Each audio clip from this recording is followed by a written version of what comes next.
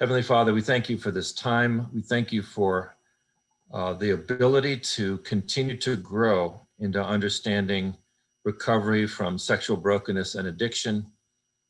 We pray that you would inspire Michelle as she speaks to us and us as we hear and process what she is saying today. We might incorporate it more fully into our own recovery, our own learning, whether it's helping ourselves or helping others. We ask it in Jesus' name. Amen. So today is going to be an important subject. I would say, as a recovering addict myself, that it is almost delusional sometimes how much I focus on myself. We have a saying in recovery, I'm not much, but I'm all I think about. And there is a tendency among us, I think, in recovery to focus on our own processing. We learn to come into groups. We focus on our being honest and what's going on internally. But if we're married, we have another challenge, and that is to attempt to repair the brokenness that is in our marriages. And part of that process, an extremely important part of that process, is the ability to develop empathy, to focus on our spouses, on our wives, to deeply listen to them, to care for them, to affirm them. And so Michelle is going to introduce this subject today of empathy in the context of long-term recovery. Many of you know Michelle. Her practice majors in large extent with helping men who struggle with lust issues and recovery issues, also women and couples.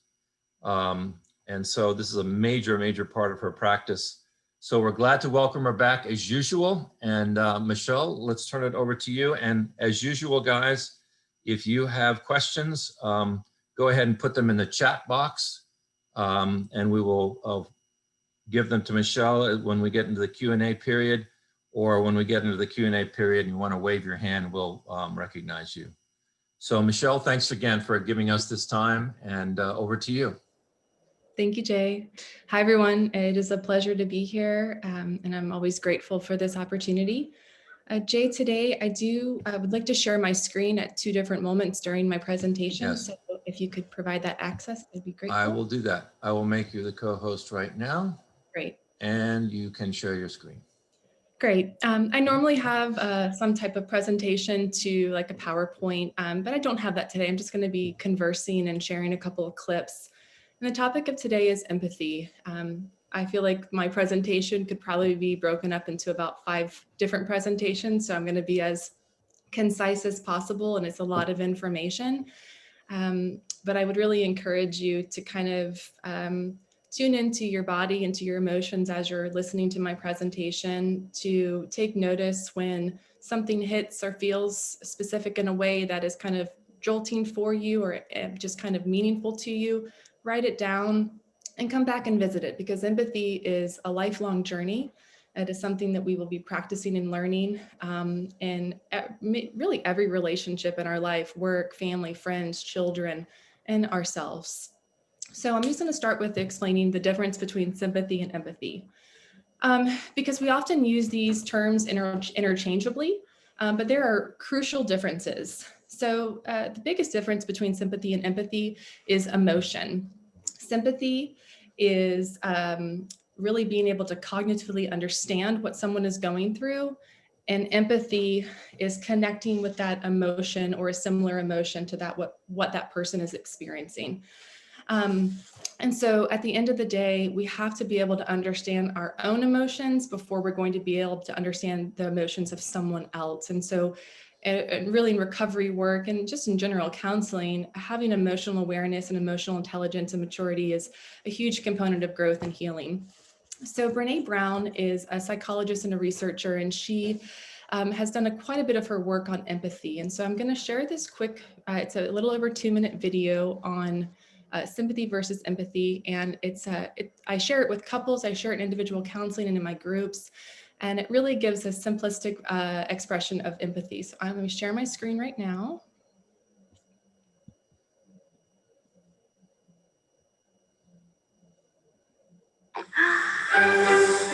Can you all hear? Yes.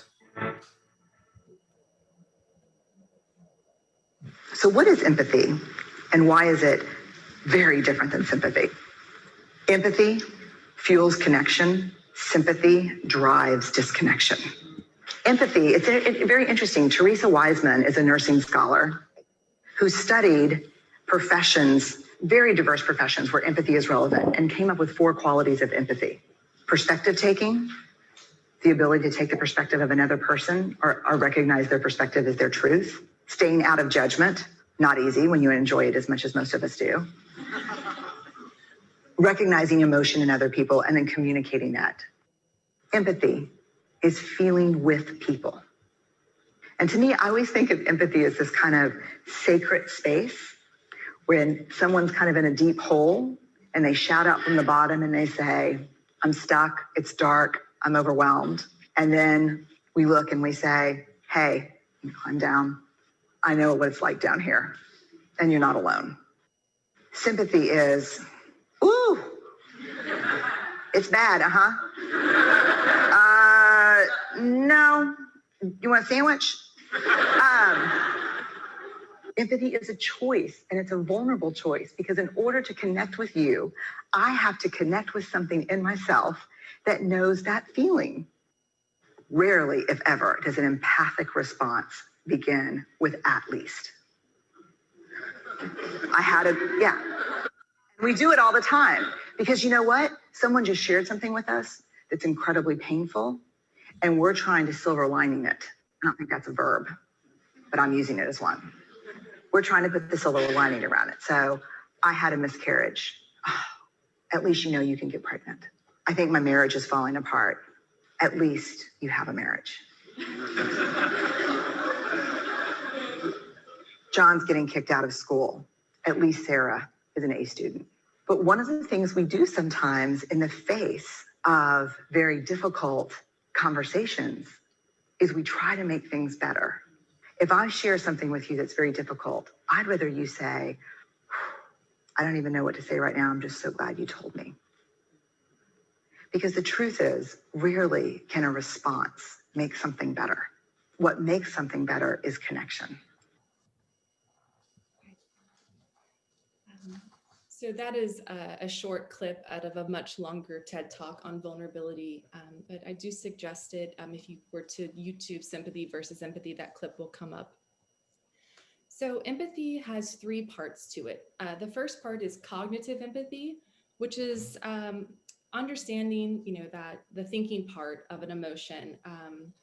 We can imagine what that might be like for a person. We might be able to picture ourselves in that type of situation. But we're not feeling with them. We are just cognitively understanding what they're going through. And so without the other 2 parts of empathy, cognitive empathy is really just sympathy at that point. What makes empathy is having all 3 of these parts. So cognitive empathy, understanding, and then we have emotive empathy, which is the feeling part. So like in the video, the character crawls down in the hole and just sits there with them. And in that moment, that person is sitting there, attuning to what that person is feeling. They're reading their body language, they're visualizing their emotions. And the individual, you are going to go within yourself to try and figure out and understand what they might be feeling. And then the hardest part is in feeling that yourself. And so cognitive empathy and emotive empathy are a challenge, but actually the biggest challenge is now someone shared this with us. We are recognizing the emotion within ourselves and we're feeling that with them. Many people will say, well, I've never experienced that before, or that I've never been through that before. And the reality is we don't have to have had that same experience in order to feel something similar to them. And so empathetic action is the third part of empathy. And this is the most difficult part for a lot of people, and myself included, because it actually means just sitting in silence and doing nothing, or sitting and sitting with somebody and offering empathetic responses to them. So usually we want to offer a solution, we want to offer a new perspective, or even try to distract them from the emotions that might be feeling.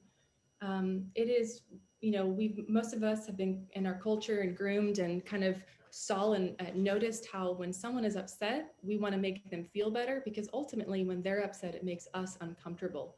And we don't like to see people upset. We don't like to see people sad. And so our uncomfortability will put us in the position of trying to make it better or try to put the silver lining or trying to distract them for what they're feeling, when really we just need to be there with them in that moment. So there's that old saying, don't just stand there, do something. Empathy is actually the exact opposite of that. It's stand there and do nothing. It's stand there and be with them. And so while trying to express empathy and trying to connect with someone in empathy, there's several parts and it takes a lot of practice. So I want to encourage you that you can start practicing as soon as you leave here today. It's something that you can practice and do on a daily basis. All right, so reading for some notes. So developing empathy and recovery and why it's important. So we know that addiction is a chronic illness and disease, and it changes the brain chemistry. And with that change in the brain chemistry, it also changes a person's priorities.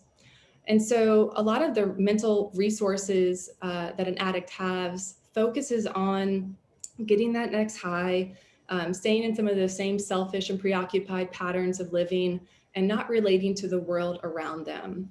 And so it's really nearly impossible to have empathy while being in an active addictive state because we are tuned into ourselves and what we need and not what the outside world needs.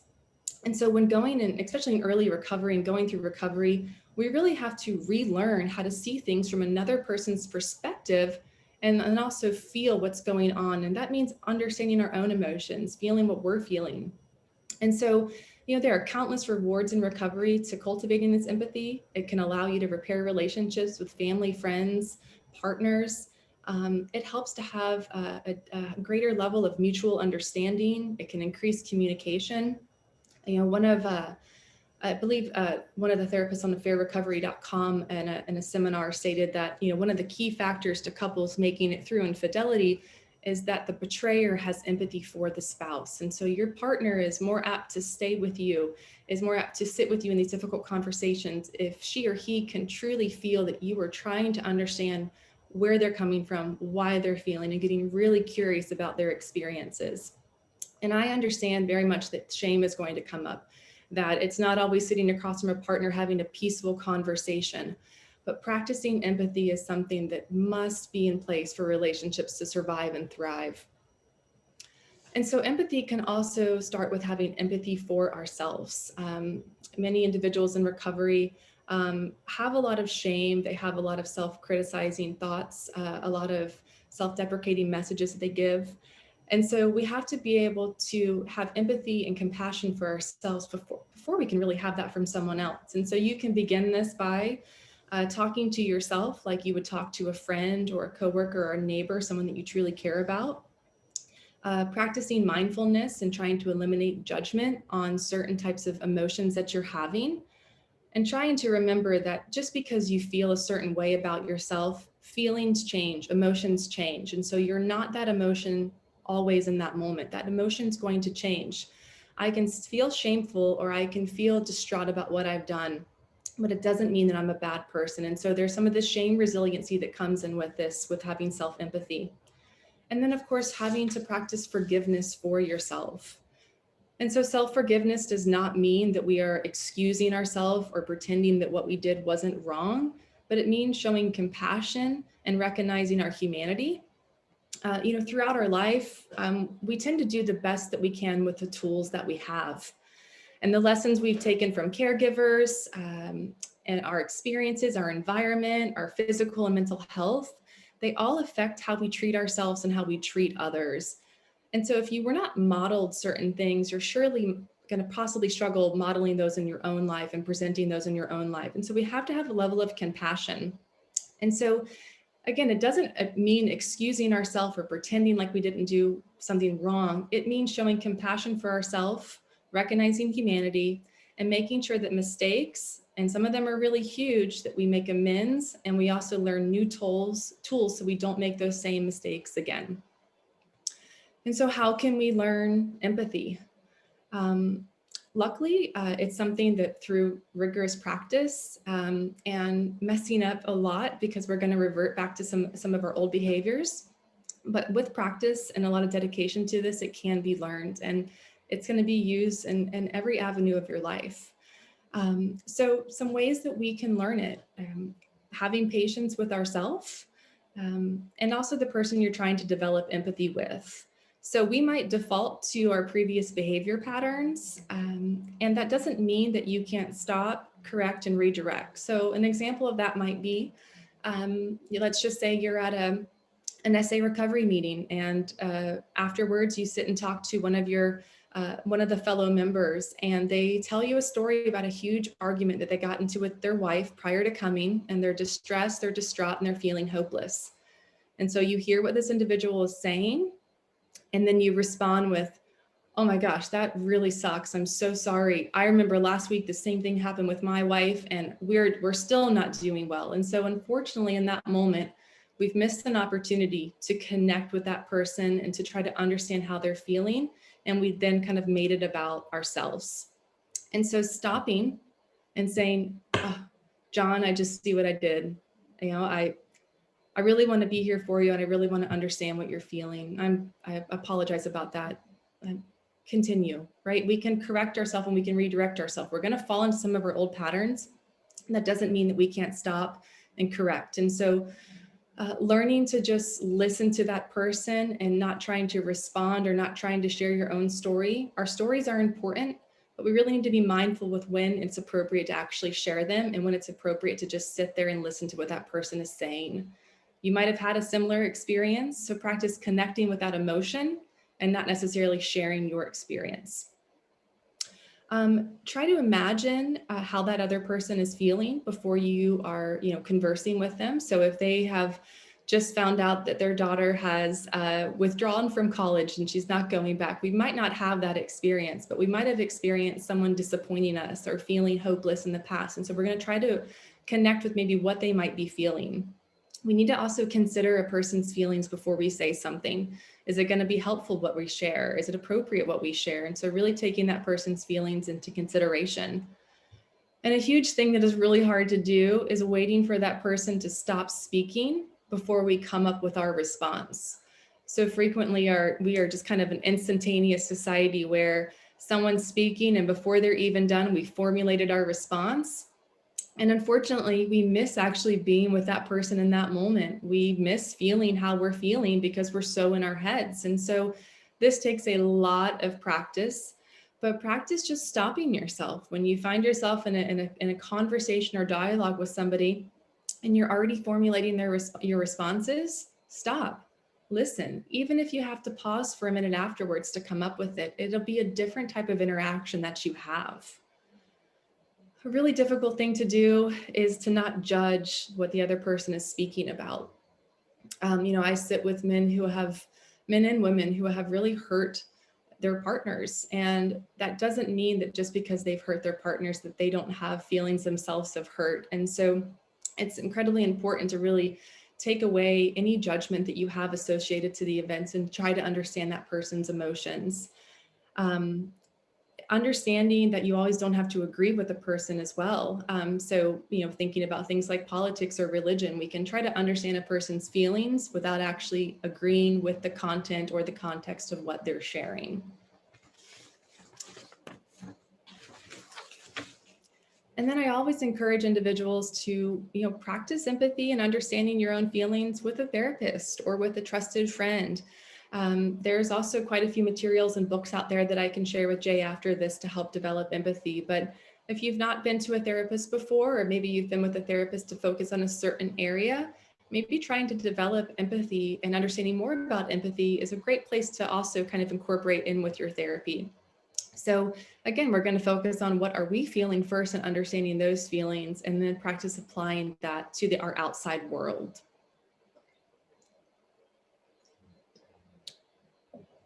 All right, I am going to share one more clip. So there is a wonderful children's movie called Inside Out. I don't know if you've ever watched it with any of your kids or grandkids, but if you haven't, although it's for children, I highly recommend it. And it is all about emotions. So let me.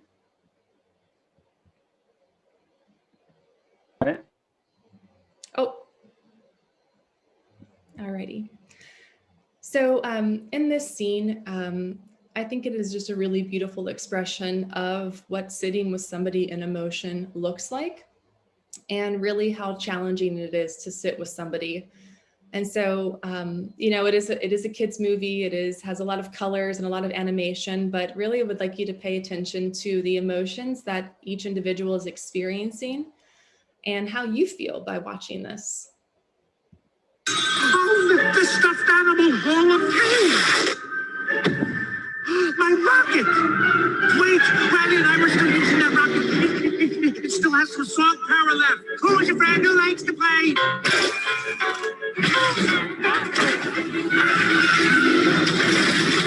No, you can't take my rocket to the top. Riley and I going to the moon.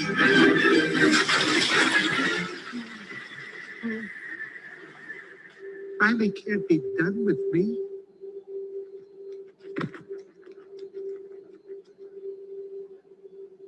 Hey, it's gonna be okay. We can fix this. We just need to get back to headquarters. Which way to the train station? I had a whole trip planned for us. Hey, who's ticklish, huh? Here comes the tickle monster. Hey, Bing Bong, look at this. Oh, here's a fun game. You point to the train station and we all go there. Won't that be fun? Come on, let's go to the train station. I'm sorry they took your rocket. They took something that you loved. It's gone. Forever. Sadness. Don't make him feel worse. Sorry. It's all I had left of Riley. I bet you and Riley had great adventures. Oh, they were wonderful. Once we flew back in time, we had breakfast twice that day. Sadness. It sounds amazing. I bet Riley liked it. Oh, she did. We were best friends. Yeah, it's sad.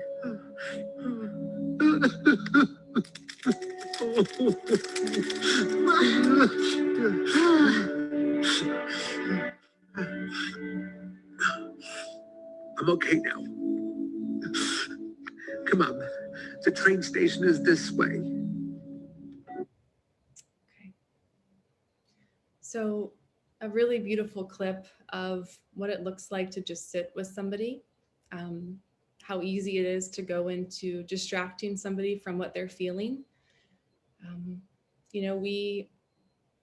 We don't like watching somebody in distress, and we certainly don't like being with somebody who is in distress based off distress that we might have contributed to. And it could be easy to share the silver lining or produce hope or try to let them see all the good things that are happening and not to concentrate on the bad. But unfortunately, it misses that opportunity to really connect with what they're feeling and just be with them and support them in that. And so we'll kind of take that scene into understanding empathy and then betrayal trauma and relational recovery.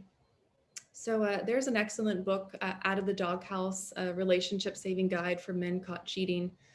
And in this book, Dr. Weiss lists 7 things that men can do in order to reestablish an intimate bond and safety in their relationships with their betrayed partners. And those 7 tasks include developing empathy for your partner, learning to disagree in healthy and productive ways, instead of telling your partner that you care, showing them.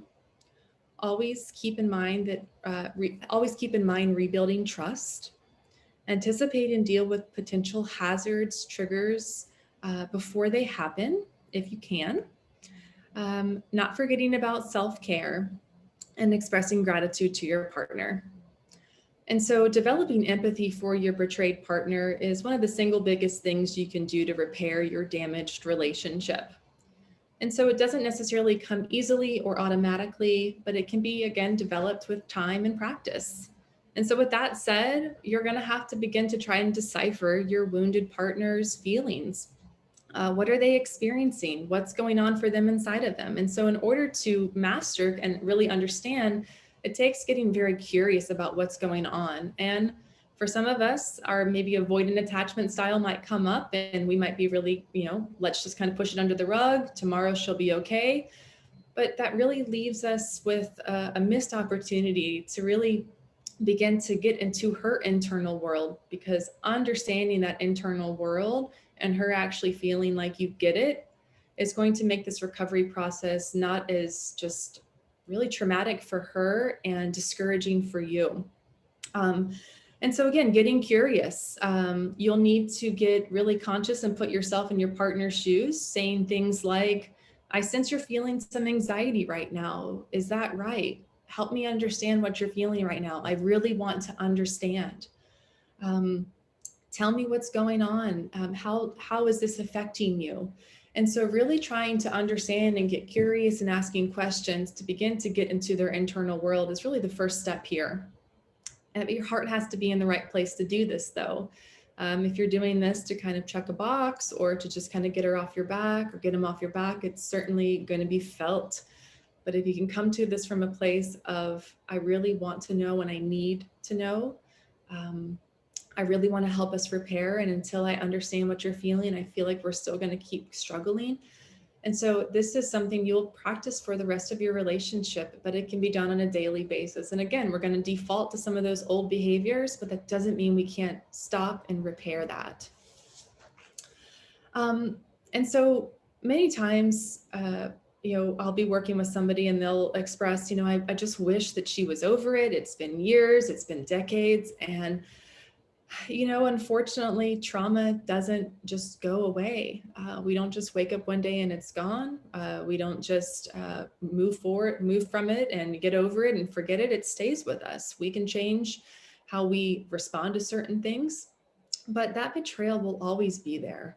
And so many times partners are, even if the betrayal was months ago, years ago, decades ago, there can still be from that partner that fear of future betrayal. Really self-doubt about the relationship, anxiety about the betrayal and the consequences of the betrayal, a lot of intrusive thoughts, shame about being cheated on, shame about staying in the relationship. And there can even be fear there from a partner that maybe they've done something that has contributed to this. And so partners tend to be really in their heads a lot, and they've got a lot of different feelings happening. And my thought is they're probably not even letting you into most of what they're feeling. I've had women say, I tell them 1 to 2 things on a daily basis that I've experienced or triggers, and I've had 10 to 20. And so you're probably just getting a small glimpse of their internal world. But at that same time, it is really important for you to get to know that and to really understand where she's coming from, or he is coming from. Most partners don't want to be in this place of anger and resentment and hurt, but we do have to stay there. We do have to grieve what's happened, and that can be really shame-filling for you. And so that's really when working on your shame resiliency is going to come in. And so, I just want to give some examples of what some empathetic responses might be. So some examples are, how are you feeling about everything? What has this been like for you? I just want to make sure that I understand. What I hear you saying and feeling is this. Is that right? So really checking in with them. Am I getting this? Am I understanding it? So some other examples of what an empathetic response is not is, everything happens for a reason. This too shall pass. Just look on the bright side. God has a plan. I know how you feel. This could be a blessing in disguise. While all those things might be true, God does have a plan. Maybe if someone's passed away, maybe they are in a better place. This, tragic event that has happened could be a blessing in disguise. So those things all could be true. But unfortunately, in that moment, when someone's sharing something difficult for us, it does not help. It does not bring peace. It does not bring comfort. It just brings that disconnection in. And so, we're really going to challenge ourselves as we try to sit with somebody and have empathy for them. It's going to make us uncomfortable. We might think that we're making them uncomfortable. It might bring up some shame for us. We might have to dive into some things that we've experienced that are really hard and hurtful for us. But this is about emotional growth, and practicing empathy and being dedicated to that process is really important. For those of you who have betrayed spouses that you're trying to help recover that relationship, There's a phenomenal workbook that was put out about 1.5 years ago called Help Her Heal. And it's a men's guide to having empathy for the betrayed spouse. I do recommend trying to do that book with a group of individuals or with someone, a sponsor, an accountability partner. But many of the people that do that also share it with their partners to really better understand. They will do a section of that workbook on their own, and then they'll bring it back to their spouse. I think I'm getting it, but I really want to make sure. And so Jay, I'll send you some list of my empathy recommendations just to hopefully provide you all with some opportunities to practice empathy. So again, there's so many parts of this. I really would encourage that it starts with you, that having empathy for yourself, having empathy for your experiences. If you've not done any work on really understanding kind of the roots of the addiction or the roots of some of the behaviors, it's really important to look at some of that through a lens of compassion. I truly think that all people, we're really trying to do the best that we can with what we have. But that doesn't mean that it's working. And so we can look back on, things that we've done at a very young age and really recognize maybe why those tools would have been useful for us in those times, but how they're now becoming more dysfunctional and more hurtful in my life and not helping me. And so being able to look back through a lens of understanding can really kind of help us remove some of that shame and have resiliency to make it through there. Talking with your spouse and letting her know that you're trying to practice empathy. If we weren't modeled it, if we've not experienced it on our own, it is almost like learning a foreign language. And so really kind of sharing with your spouse that this is a new goal or something you're going to try and really learn, and share that, I'd like your feedback about that. There might be times that I revert back to some old behaviors, and just know that this is something I'm trying to do. And focus on yourself. What parts of empathy are most uncomfortable for you? Is it when she's sharing something? Is it when you see her emotion? Is it when you're experiencing your own emotion? And so getting really curious about your own experience while sitting across from somebody. It might be easier to start this with a friend or even a child, to really try and not make someone feel better. If for those of us who have children, when they get hurt or sad or someone's upset them, we try to make it better or distract them, or, it's all going to be okay. But maybe practice sitting with your child in that moment of distress. How sad that must be that their friend told them that they don't like them anymore, or that they had to sit alone at lunch. Trying to tap into that little boy or girl inside of us who maybe had those similar experiences. And so it can be a little bit easier to start this journey with somebody who maybe doesn't have those hurt or betrayed feelings, but that doesn't mean that should prevent us from trying. So practicing with, your sponsor, with your accountability partner, your DSR partner, somebody in a recovery group with you, practicing with each other. I have a men's group on Wednesday nights, and that is one of the things that is really powerful that happens in that group, is they're trying to connect with each other and their emotions. So that kind of wraps up a little bit, and I wanted to take some time and answer any questions at the best that I can, and get any just feedback or perspective from you all. Well, thank you, Michelle. As I mentioned earlier, if you want to ask a question in the chat box, that's the easiest way to do it. The bottom of the screen, just hit the chat, ask your question, and we'll forward that on to Michelle. I'm going to start off, Michelle. I am actually working through the Help Her Heal book, and I don't think there's anything I've ever worked through as a recovery tool that has made me realize how self-centered I am, because it is absolutely rigorously focused on my partner's health and not mine so much. And I found it to be very challenging, and it's a continual work in progress. But I wanted to ask you about triggers, because one of the things that I notice emotionally is when someone else is in pain, and I realize this is, as you presented, it's a discipline, it's a practice, and we will make mistakes. And I continue to make mistakes with my wife in conversation with her. But you talked about judgment, withholding that, but is there an awareness we can have about what's going on in us when we see someone else in pain?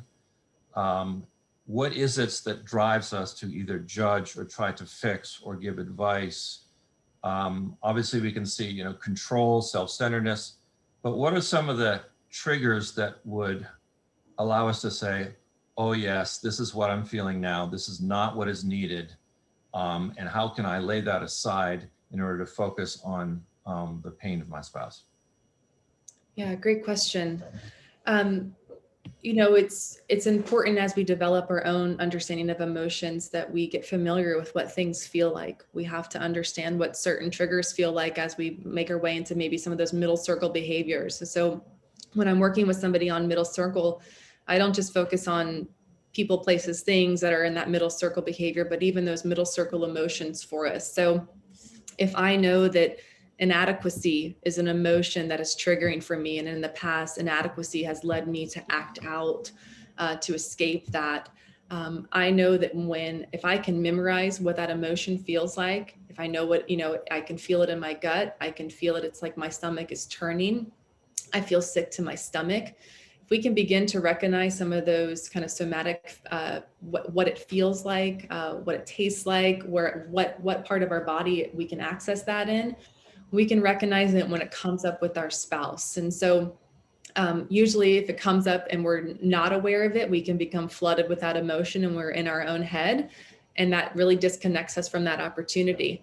And so we might have to say, I notice myself feeling really defensive right now. And I know that that's not going to be helpful for this.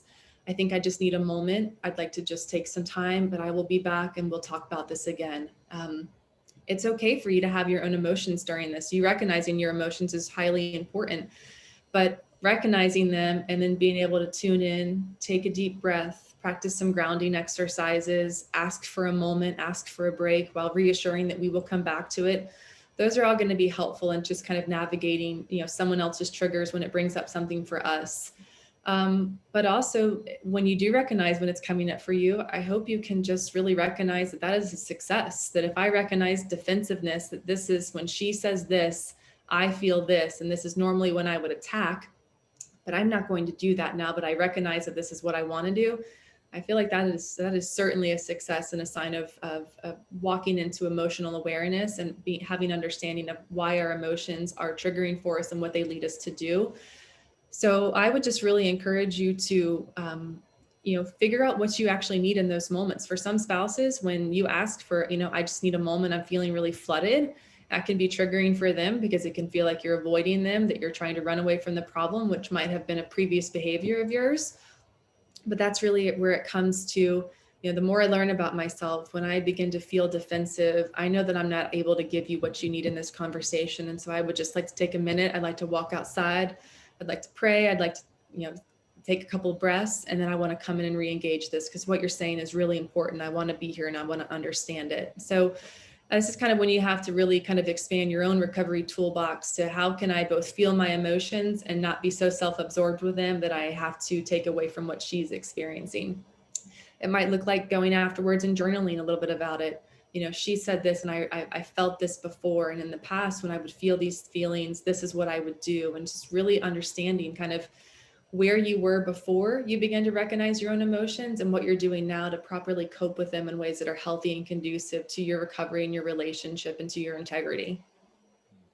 One of the things, and you mentioned the word curious, and that's a word that has come up more and more in human relations. And I found that if I can be curious about my feelings and reflect on them rather than allow them to take me over, I'm in a much better place regarding that. I want to read Dave's question. David, he says, I've used written amends matrices before to try to empathize with my wife to show her that I understand how she feels. Make sure I get that. And try to explain to her what I sense those feelings are. She tells me that I'm dictating to her what her feelings are and that she resents that she has no part in, sorry, I'm just getting the chat here, in it, that she has no part in it. I'm writing up my step 9 amends now and I want to get it right. Our marriage is at stake. How can I let her know in writing, and in parentheses, he says, she won't talk to me, that I am trying to empathize with her? Yeah, you're in a really tough place, David, because empathy and emotional, it's really hard to see emotion in writing. It's hard just, when we're texting somebody and we completely miss, what they're trying to say based off, what we think they're saying, and the emotion they're experiencing is probably very different than what they're actually putting in that message. So I think you're certainly going to face some challenges while doing this, especially with writing. But in that book, Help Her Heal, they use the acronym AVR: acknowledge, validate, and reassure. And yeah, you got it. Good. And, I think for many partners, they, even if you say all the right things, even if you're getting it right, they're still maybe not going to believe it. And that's really when that validation comes in, that it really makes perfect sense that they wouldn't.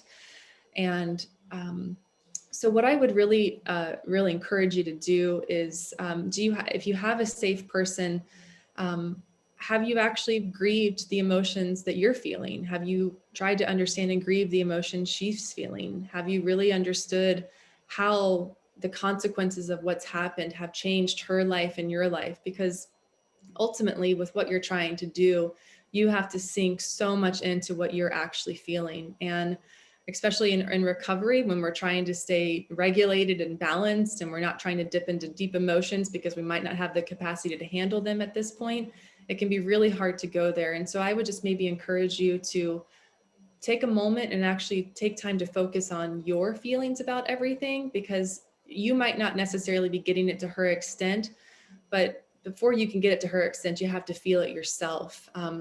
So I would recommend finding a therapist that you could begin to talk to and grieve, because you are going to have grief just as much as she is going to have grief. And so what I think she might be feeling is maybe that you don't have it, you're not feeling this to the extent, and that you're getting it more on the cognitive level versus the emotional level.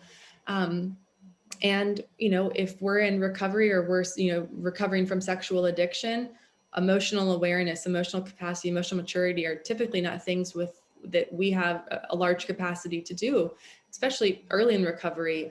It's not something we've really practiced throughout our entire life. We might have spent most of our life trying to push down emotion, escape from emotions. And so I would say that maybe there's an opportunity for you to actually take some time to still focus on your spouse, but actually focus on your own emotions, because in order for you to really understand hers, you've got to understand your own.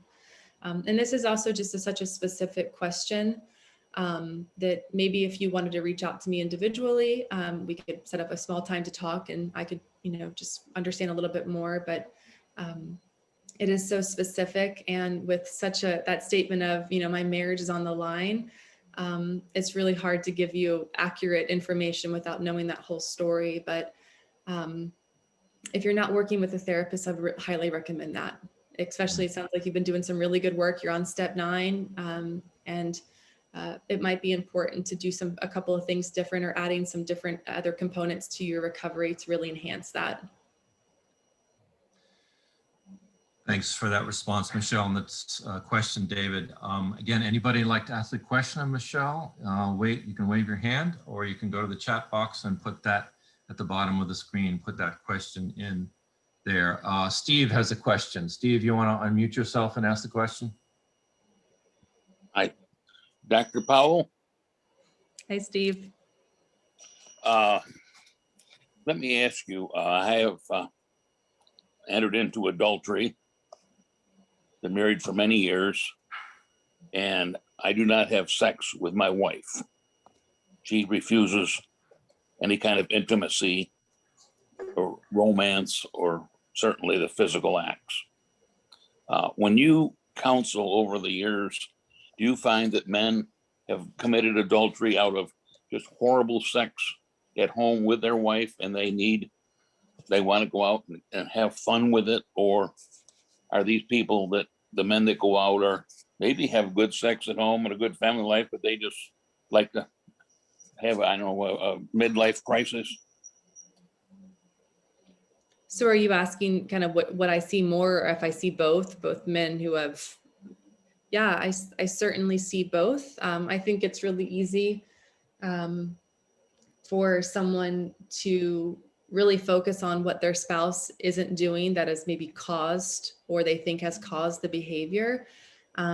And unfortunately, that type of thinking is certainly going to cause an immense problem in your relationship, and it doesn't take accountability or responsibility.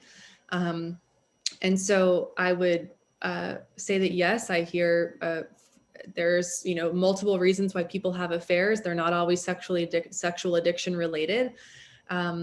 But I would say that if you are kind of thinking about that from, she didn't do this, therefore I need that, that's kind of that entitlement piece that's going to come in. And that is certainly going to be destructive to your relationship. Most of the women that I work with that are in either sexless marriages, or they are in marriages that are really not having the amount of intimacy that maybe their partner would like, they tend to have some pretty valid reasons as to why. Men and women see sex so differently, and most women truly need that emotional component there. And if somebody has been taking part in adulterous behaviors, my assumption is that they've been disconnected for a very long time. And so, I would say that really to begin to turn that mirror around at you and looking at you to figure out what role did you play, without trying to associate any reasons or excuses to it that involve what she has not done. Michelle, as you reflect on this, I think of the New Testament speaking about empathy in this sense. It says things like, when one rejoices, all rejoice together. When one weeps, all weep. The man who loves his wife loves himself. And the very radical idea that we are in marriage, we are one flesh. That is that we are absolutely connected. The physical act of sex is only the outward and visible sign of an inward and spiritual reality, which is the oneness that we have in Christ. And I'm just beginning, after almost 42 years of marriage, to understand what that is like.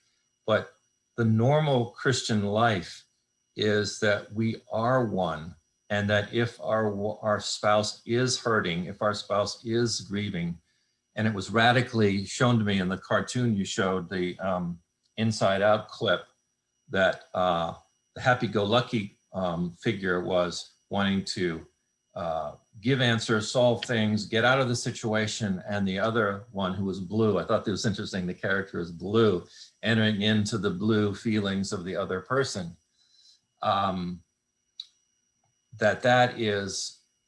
That's the way things are supposed to be. And to be able to do that is such a gift, because all of us want to know that we're not alone in our feelings. We're not alone in what we're going through. I'm not sure if there's a question in here, but developing that kind of deep empathy, I think, is a real gift, and it's hard. I say to my kids, most of the things that are worth doing in life are hard. It's hard to work. It's hard to be in a marriage. It's hard to raise kids. Those are the three things that we dedicate our lives to the most. And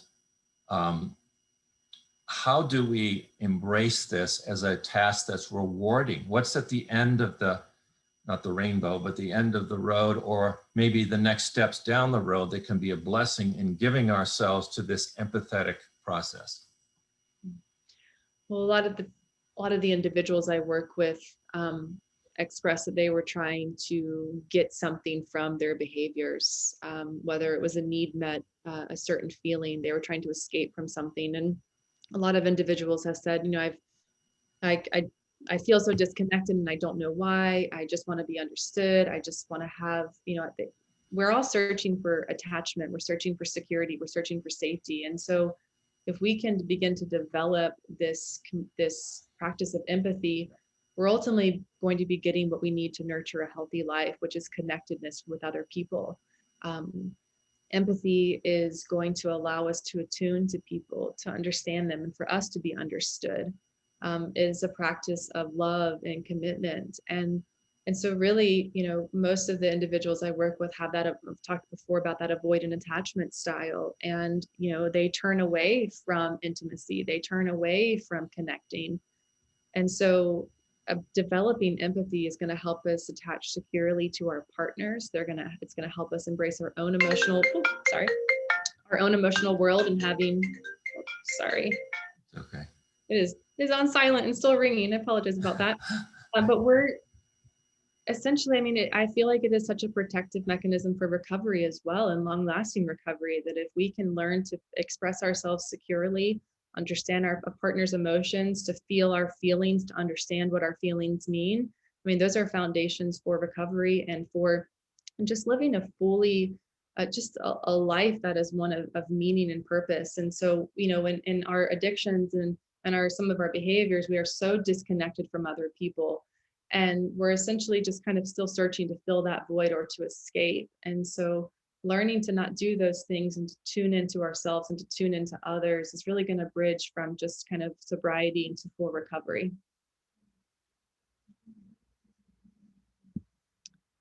Oh, Sorry about that. Last call for questions for Michelle. I'm going to announce next week's guest. Our next week's guest is Todd Hayes.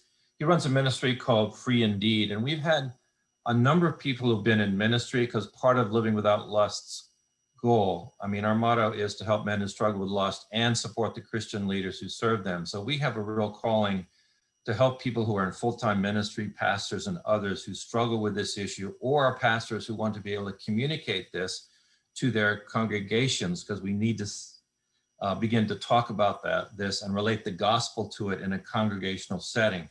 So Todd was one of these guys who grew up in a broken home, was in full-time ministry, and realized he had a real struggle with lust and porn, and got honest, came through the struggle, and now he's helping others through a ministry out of Katy, Texas called Free Indeed. And so he's going to ask in an attempt to answer the question, how can we be free? So that'll be next week's guest. I will also, once I get the resources from Michelle, links to those, I will send all those on to you, so you will have those. You will also, for those of you who don't know, get this video as soon as Zoom is finished loading it up. We'll send it out to you, and so you'll have it and be able to go back to it from time to time. So I don't see any other chat questions. Anybody want to wave their hand for a last minute question from Michelle before we say goodbye today? You have some time to talk after the session? Yes, I do have one from Beth M. She says, I'm a partner. She wants to give a answer to a response to your question. I believe, David. Let me see if I can find that. My perspective on your question. For my husband, I would want to be told he'd like to begin to hear and understand how his behavior has impacted me. To just hear or read, not give feedback or justification or explanation. It frustrates me. Sorry, my chat thing is, I'm learning to manipulate this. When he says, he knows this, I feel a certain way. I much prefer he say, I imagine you might feel this way, or ask me how I feel. For me to be really willing to share the emotional impact, I've requested a full therapeutic disclosure. Then I can share more about how I've been impacted emotionally, and he can do a restitution response. So that is a reflection from kind of the other side on the questions you've raised, and we've talked about it during this session. Thank you, Beth. absolutely. You know, one of the things that I hear so frequently is, why do we have to keep talking about this? And the reality is, you know, the longer you keep fighting why we keep talking about this, the more disconnection you're going to create in your relationship. That, you know, partners are going to want to talk. We're going to want to share. We're going to want to ask questions, revisit things. And it might feel like we're doing this to shame you, or that we're, you know, doing this as a punishment, but we're trying. It is so important in relationships. There's research that shows that if a relationship is not going to survive, or at least thrive, if we do not answer the questions that the spouse has, if we do not address the concerns. And a full disclosure, I'm incredibly It is so important to partners to have all the information. Keeping them in the dark, it compares to pre-disclosure behavior. And so working with a therapist, making sure you're dealing with that therapeutic disclosure as responsibly as possible, I mean, it's huge. So thank you, Beth. And for a lot of partners, they're not going to move forward with any type of reconciliation until the therapeutic disclosure is completed, all questions are answered, and then that letter of restitution and the impact letter is delivered. I would also point you to the last Living Without Lust e-news, where I included the article by Michael Regier, who was our guest a couple weeks back, on how to survive infidelity as the perpetrator. And one of the points he makes in that article, and if you didn't get it, you can email me and I'll email it to you if you're not on our e-news list. And by the way, if you want to join that, just go on the website. It'll pop up and you can just put your email address in, then you'll get all the e-news. But he says, we must apologize over and over again from the heart, because what the spouse needs is an ongoing appreciation of how sorry we are for the things that we have done. And that's not a one and done thing. It's something that has to be done over and over again. And it's like the rock, somebody once said they had a rock on their desk called the first stone, in reference to Jesus' words, he who is without sin, let him cast the first stone. But that stone is the stone of forgiveness. And when each time we say how sorry we are, a little bit of that stone is chipped away until it becomes a pebble. Now, Michelle is right about trauma. Trauma never goes away completely, but it can be greatly reduced over time. But part of that is our own heartfelt willingness to say how sorry we are over and over again from the heart, because that's what our spouse wants and needs. So with that, I think we will end the session. Michelle, once again, thank you so much for all of this. Trevor says thank you for your time and the great information, and we'll certainly pass that along to everyone. So again, thank you, Michelle. Thank you all for participating, and you'll get the video very shortly. Have a great day, everyone. Thank you, everyone. Thanks.